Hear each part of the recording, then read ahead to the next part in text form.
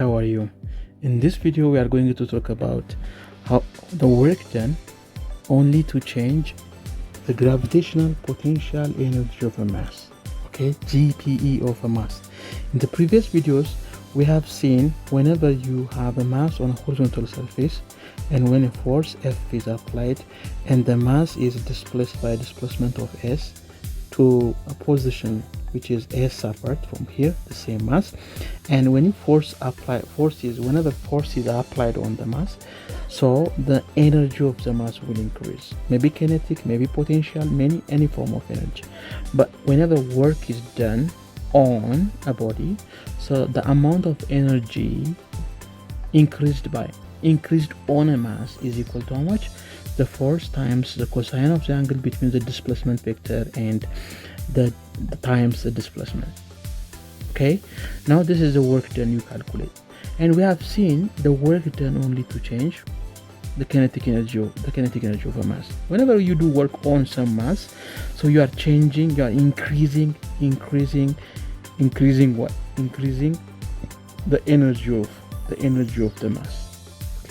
But what form of energy you are increasing? The kind of energy changing or increasing or decreasing. Maybe if the work is done on, it is increasing. If the work is done by, it is decreasing.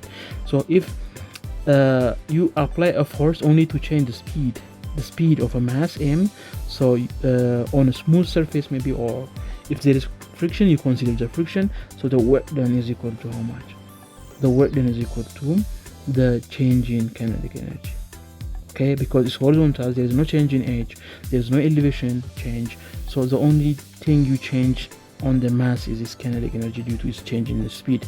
So the work done is equal to half times the mass times the v square minus the u square. This is the work done by the net force if the surface is assumed to be smooth.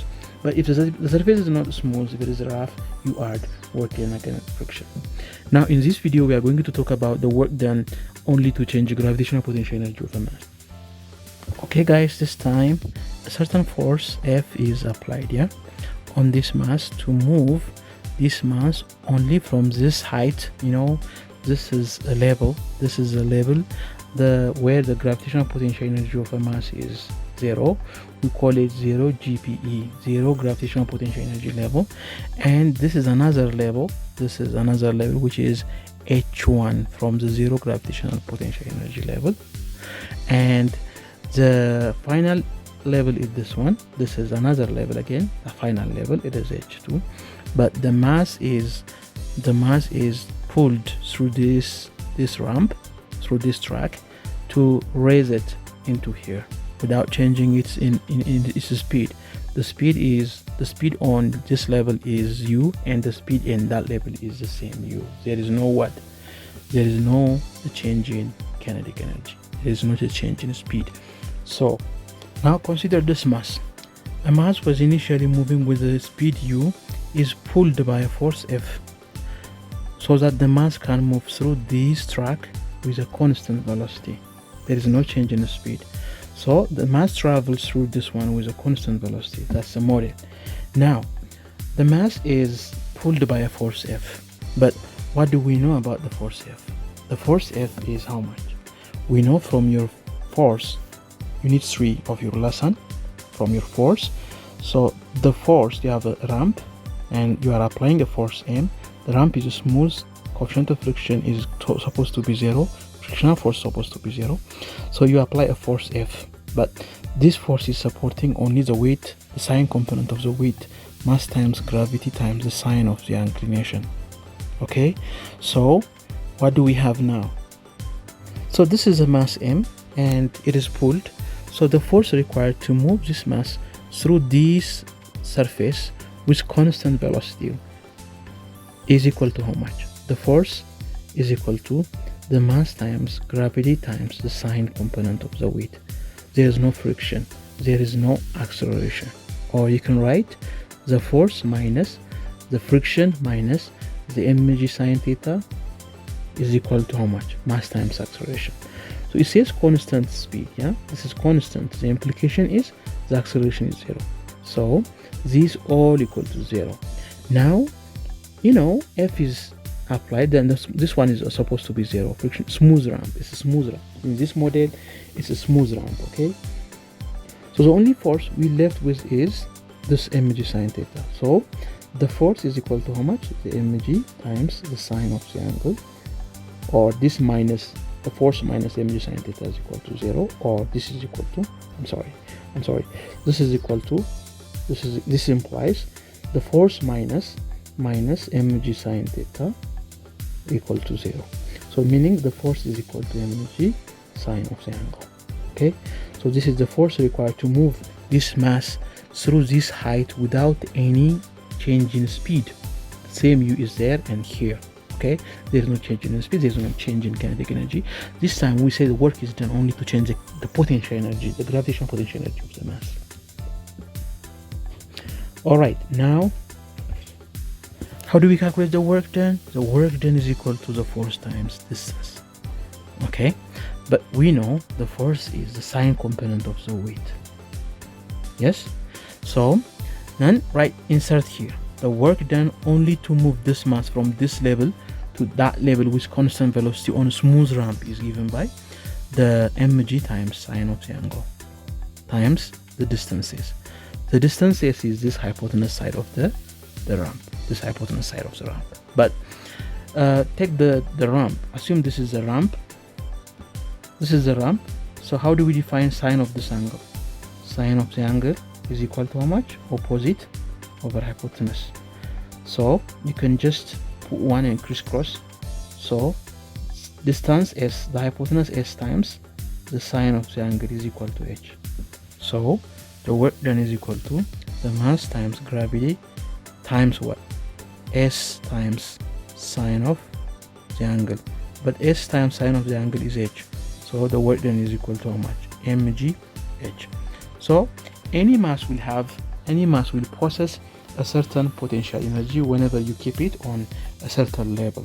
Assume this is a 0 gravitational potential energy level, meaning the mass has no any gravitational potential energy when you put it in this is an ideal level.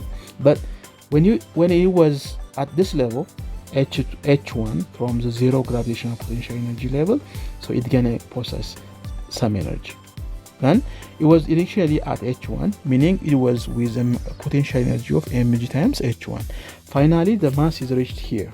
Okay, then whenever you move the mass from this level to that level with constant velocity, the height increases, so the potential energy of the mass increases. The work done gonna increase. The work is done to increase the gravitational potential energy of this mass. So finally the gravitational potential energy final of the mass is how much? Mg times h2. Mg times h2. Now you can see here this h is how much? This h is h2 minus h1. See, so this is h2, the whole height is h2, and this one is h1. So this is what? This is the whole h2 minus h1. So mg h2 means, so the work done is mg times h2 minus h1, meaning it is mg h2 minus mg h1, meaning this is what? GPE, gravitational potential energy final, minus gravitational potential energy initial. That's the work done. Okay, meaning work is done here. In this case, the work done is equal to how much? The work done is equal to the change in gravitational potential energy.